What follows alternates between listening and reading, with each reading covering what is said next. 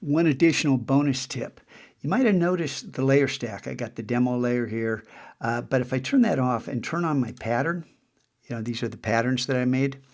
This is the one with the gap that I actually introduced a visible gap between the cubes in the pattern, and I didn't like the white. I thought it was distracting.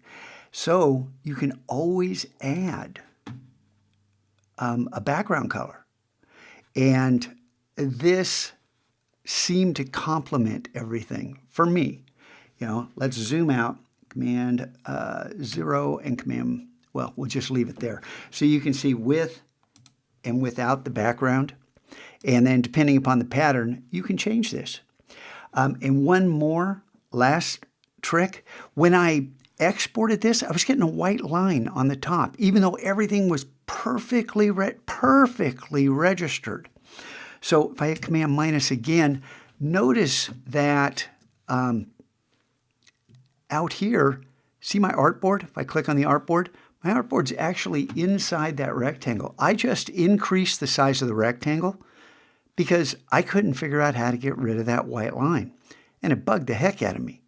So all I did was increase the size of the rectangle, put the pattern in it, moved everything to fit exactly as I wanted so I could register all my patterns. And I got perfect JPEGs when I exported them.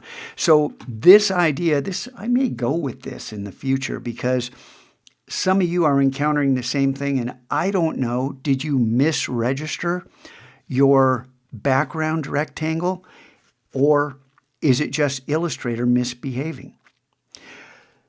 So tech will always happen. It's our job to roll with it and figure out how to deal with those little issues. And figuring out how to make this work, getting to that 10,000th of a pixel and finding the exact size.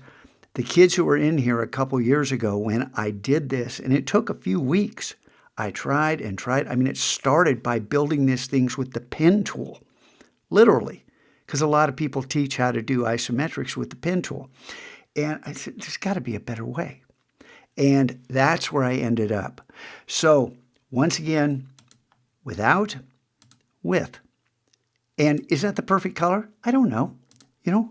There's no such thing as perfect in art other than when it gets to math. Perfect math does exist. Perfect beauty? No. No such thing.